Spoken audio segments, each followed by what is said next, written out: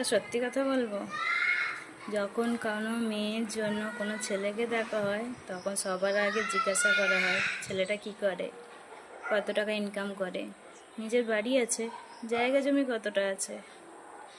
মানছি যে প্রশ্ন করাটা ঠিক, কারণ সবশেষে মেয়ের জীবনের প্রশ্ন আসে।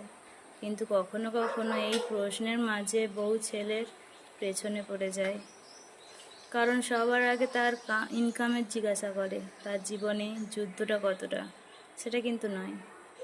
আর সম্পত্তি দেখা হয়, তার ভাবনা নয়। তার ঘর দেখা হয়, কিন্তু সেই ঘরের পিছনে স্বপ্নগুলোকে নয়। আজ হয়তো সেই ছেলেটার কাছে এই সব কিছুই নেই, কিন্তু তবুও সেই প্রতিটা দিন লড়াই করে যাচ্ছে জীবনের সাথে, নিজের মা বাবা, নিজের পরিবারকে একটা সুন্দর জীবন উপহার দেওয়ার জন্য।